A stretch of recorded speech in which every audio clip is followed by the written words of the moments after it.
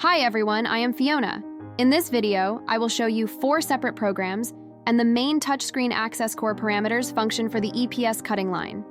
This customized EPS cutting line consists of 4 independent programs. 1. EPS cutting machine.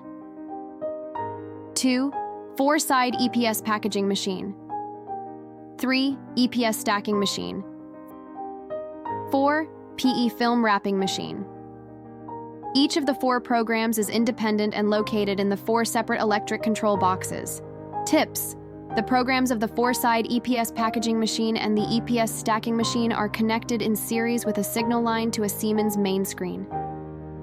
The main screen can only operate certain core data of the 4-side EPS packaging machine and the EPS stacking machine.